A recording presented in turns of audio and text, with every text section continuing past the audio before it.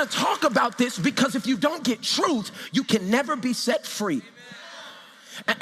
And the truth is that 80% of all people under the age of 20 are exposed to sexual images, 80%, and they were not taught by parents, teachers, or pastors. The Health Journal says that they are taught by their friends who don't know nothing, social media, and television. The truth is that 50% of all high school students will have a sexual contact and relation before they get out of their senior year. That's the average. For black people, it's higher. 72% of all high school students will have a sexual encounter. For Hispanics, 52%. For white people, 47%. Yay, white people.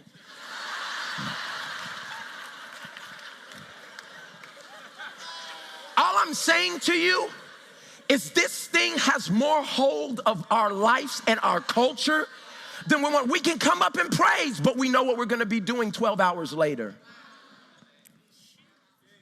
And all I'm saying is there's no condemnation in those who are in Christ and that will deal in truth. And today I'm coming to tell you things that I wish somebody would have told me. The beautiful thing about it is because God created sex, it's good. Like some of y'all don't even believe me, so let's go to the word. Genesis chapter 1, verse 28. I want you to see the first explanation or the first instruction God gives. He said, then God blessed them. He's talking about Adam and Eve. And he said, be fruitful and multiply. This was not an agricultural instruction. He made man, he made woman. He said, hey, y'all are naked and unashamed. Y'all are standing here, everything right. Adam, put it down, bro. Put it down. Like blessings, worship. He told them, this is what I want you to do. So I need you to understand that this was the first command to humanity. I don't think you've ever thought about it like this. He didn't tell them, go pray as spiritual beings. He didn't say, start planning as beings that will be productive. He said, I want you to connect in intimacy, and I want you to be fruitful, and I want you to multiply. That takes me to Mark chapter 10, verse 6, when it said, but God made. Who made? Who made? But God made them male and female. That means he knows our parts, he knows our desires, he knows our urges, he knows our appetites. God is not thrown off by what you feel because he made you. And he said he made you from the beginning of creation. This explains why a man leaves his father and a mother and they're brought together in marriage and is joined. Everybody say joined. Now we think of that word and we think of something real like regular, like joined. But when you study this word out in the Hebrew, it has so much meaning. It means, it's a word that says Enoch, and it means to be joined in the most intimate way. Let me tell you that when somebody is supposed to be joined through sex or sexual intercourse, what's supposed to happen is a threefold cord is now made between those two people. You're supposed to be joined emotionally through intimacy, joined physically through the act of sex, and joined spiritually through covenant. And so you thought you was just having a one-night stand. You were joining yourself spiritually, physically, and emotionally. And the crazy thing about it is when you join with anybody, it creates these things called soul ties. And what happens is you weren't angry at all, but then you had that one night stand when it was your birthday and you don't really remember what happened. I mean, we was turned up, but you know. And you had that one night and you were never angry, but the person that you hooked up with was emotionally angry. And you just, where is this rage coming from? Why am I so frustrated? Because you have a soul tie with somebody you were never supposed to be with. Oh, I'm coming to your house today because some of you are sitting in your chairs right now tied to so many people you can't move. Your chair's about to break because you were doing something to fill a void, but what you were doing was creating a barrier to your future.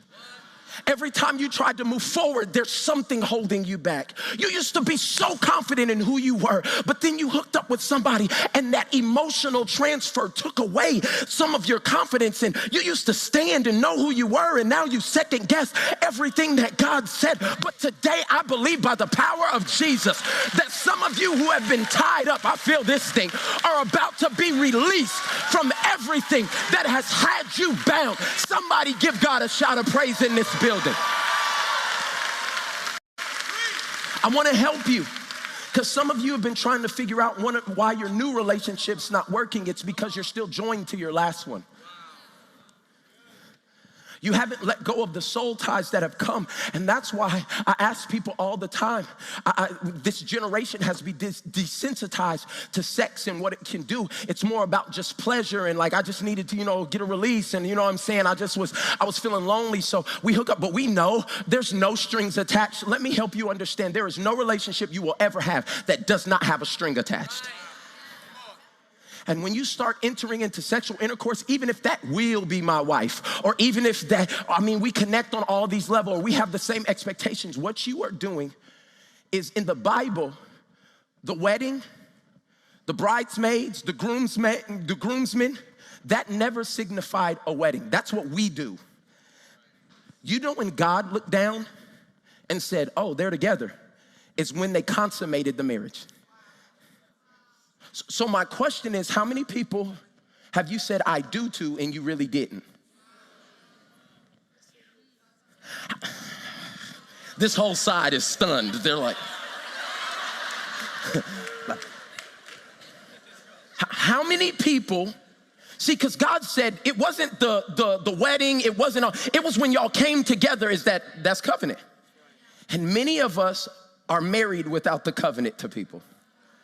We've connected. We're getting the transfer of everything they are. And all I'm saying to you is today, one of the biggest things that makes and breaks relationship, I have seen great potential relationships go horrible because they entered into sexual relationship before they were ready. They stopped getting to know the person and started to begin to know what the person could do for them. And today I just want you to see that when you're joined together, it says in the Bible, it says the two are supposed to become one.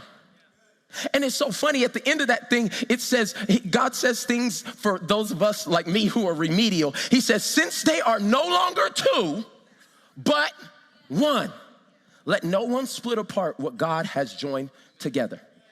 See, you got to understand this concept of one. Everybody say one.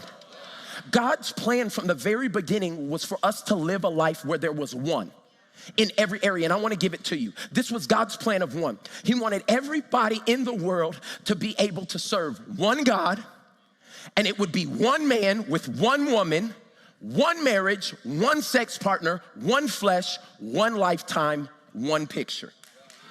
Like that's what the original intent was. And that's why you have to realize that sex was not an invention of man. I know Trey Songz thinks that he invented sex, but this was not his invention.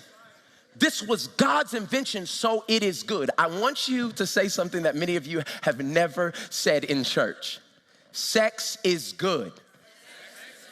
Because sex, some people over there can't even say it. You're just, open your mouth. Everybody say, because sex was God's idea. Until we take back the power from culture and the world and pornography and all of that stuff, they didn't invent sex. Sex was God's idea. But now let me take you to my second point. Sex has been perverted. See, it's been the enemy's plan since the very beginning. Anything that God says is good, the enemy comes to pervert it and say, well, did God really say that? And what I want you to understand is that what we are experiencing right now and what we live in, and I mean, y'all are on South Beach. You understand what I'm saying? Like, what is available everywhere, you got to understand that it's been twisted. The good thing that God has called us to, the thing that will make a relationship even stronger when you're doing it in the right context, it's coming to break relationships and cause so much havoc in the past. And so what I want you to know is that sex has been perverted, and it's not a new thing. This thing has been going for a long time. Go with me to 1 Corinthians chapter 6. And Paul, one of the wisest men who wrote a lot of the Bible, he was dealing with a group of people who were trying to live saved in a sexually charged world. Don't that sound like where we live right now? Lord, I'm just trying to keep my eyes on the prize. Lord, I'm just trying to stay on the gram without seeing some hams. Lord, I just need... Are y'all gonna be fake today? And we're just trying to stay focused and live this Christian life. And this is not new. Paul was talking to a group of believers who had changed their life, but they lived in the equivalent of Las Vegas at the time, in Corinth, and a place that would cater to your sin. You know those areas that you can be like, I just want to do this, and everybody be like, yes, let's do that. Like this was that place. And he was talking to these group of people, and Paul is addressing them because he knows that we can't